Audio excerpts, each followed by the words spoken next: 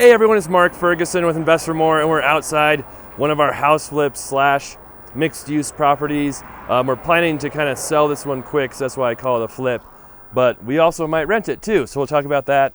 It looks so much better now.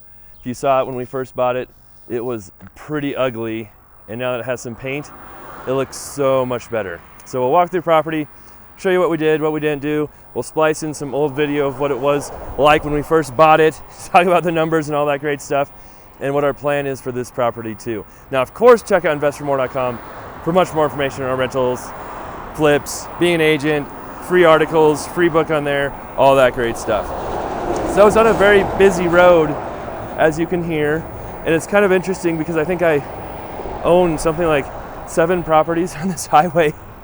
Didn't do that on purpose, it's just worked out that way. But this one was for sale on the MLS for a while. I think they started at over 300,000, 350 or something. And it kind of interested me at that point too, because it's pretty big. I think public records listed as 2,800 square feet, but it's actually a lot bigger than that. And it's got an apartment on one side and commercial on the other side, which is also very intriguing to me, and another reason why I ended up buying it. And they kept lowering the price. We made an offer. They said it was too low, but maybe in a little bit they'll consider it. A couple months later, we remade that offer and we ended up buying it for $210,000. So that's a pretty darn good deal.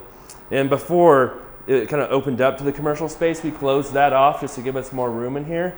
But I'll show you all of that. We redid the kitchen in here, appliances. We included a fridge, and a lot of people say, why don't you ever include fridges on your flips? Well, because we don't need to. Most buyers in Colorado buy their own fridge, bring their own fridge, and if we can save $1,500 per flip and we're doing 20 flips a year, that adds up to a lot of money if we don't have to have a fridge. But this is kind of like a rental property slash flip, so that's why we added the fridge. We do put fridges in our rental properties. And so the plan with this one is to possibly just sell it outright, or get it rented and then sell it. So I don't plan on keeping it. It's just, there's a lot of value here for the right person, and I don't think we could rent it for quite as much as that value would be to someone else, if it makes sense. I think it would be worth well more than $400,000 once we get it all the way fixed up. We still have a little bit of work here to do, as you can see. It's really close, but not quite there. And so it might rent for $3,000 a month total, maybe a little less depending on who rents it, if we rent everything separately or if we rent everything together. And at that point, if we can sell it for $400,000 or $450,000, it takes a very long time to make up for the, $200,000 or about $200,000 we'd have tied up in the property with $3,000 a month. And that's before expenses. So we could refinance it. We use private money to buy this, but we could refinance it. We could get a long-term loan in place, but you still have quite a bit of expenses. And even if we're making, $1,000 a month, that would take a long time, 200 months, right, to make up for the $200,000 you're getting right now.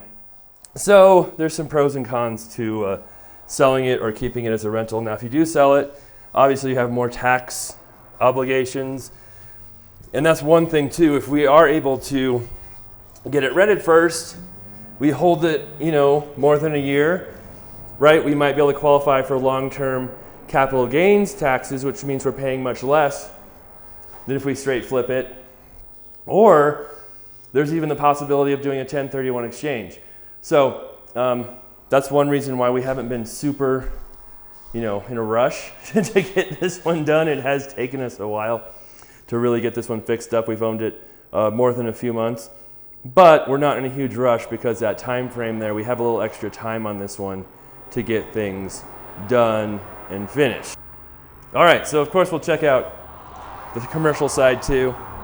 And one thing we keep realizing is we don't have a key to this door, so we need to get that rekeyed or put a new door on. Commercial doors can be very expensive though. So much better to rekey it. This whole dirt lot here is ours as well. So it does have quite a bit of extra land, lots of frontage right here on the highway. Before, this business has had real big signs just painted on the building, which have been great for marketing.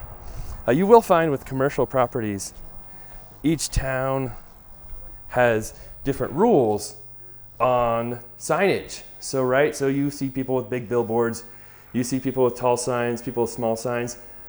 Well, a lot of towns have ordinances against those big billboards now. If they're grandfathered in, which means they're already there, you can usually keep them, but it's very hard to get new ones.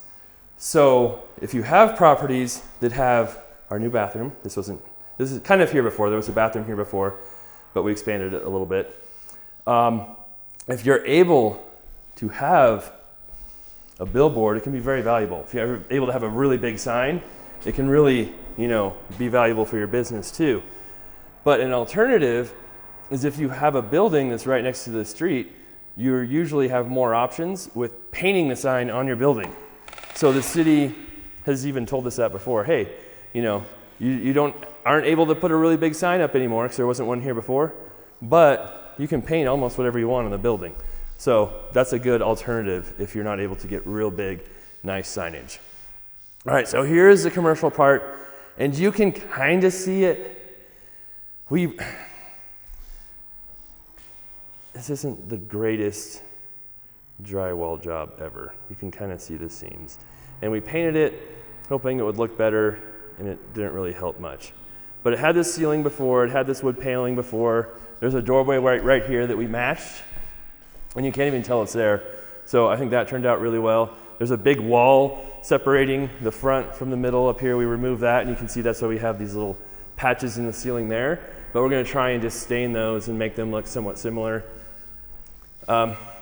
Nikki, some of my contractors said, what about painting the ceiling? I'm just like, it's kind of cool like it is. Someone might like it. And with a rental property, a commercial rental property, kind of you don't have to do a whole lot of work in the beginning until you find a tenant. And then when you find a tenant, then you can customize some of those things, right? If we get a tenant and they say, hey, we want to paint the ceiling, no problem, we'll paint the ceiling. But right now I'm like, well, what if a tenant really likes this ceiling like this in this color? Then we don't want to paint it. I don't think it'll detract too much from marketing the property. The floor is another issue. We tried to patch things in. There's obviously a few vents that need done here still too. We added this tile in the back where it was really rough and missing just a lot of flooring, and then used some of the old wood flooring to patch in other holes. So we need to get it really mopped up and cleaned well to see what kind of shape it's in. I think it looks really cool in spots, but then there's like this spot that is really rough. I don't know if we can kind of just stain it a little bit and hope it looks better. Because a lot of times the commercial floors too, if you go to a restaurant, you go to a business, and they've got these wood floors, people don't notice it, but they're not in the best shape. They're not perfect. They get worn, they get used, and most people will never notice it and never care.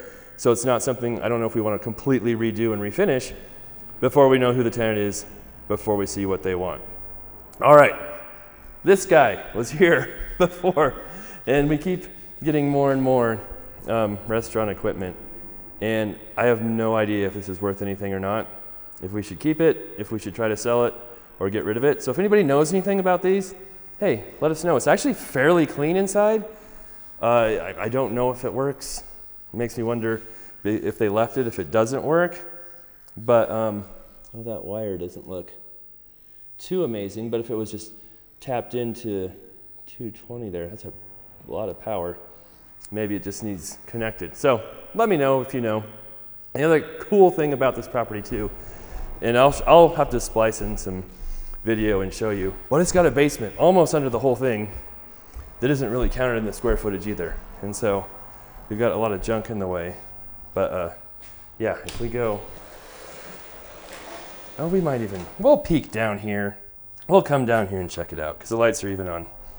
Also, I just got back from New Orleans, which was really cool. My first time there, speaking at the Bigger Pockets conference. So if I happen to see any of you at the conference and you said hi to me, I appreciate that. Thank you. That means a lot. I talked to a whole lot of people down there.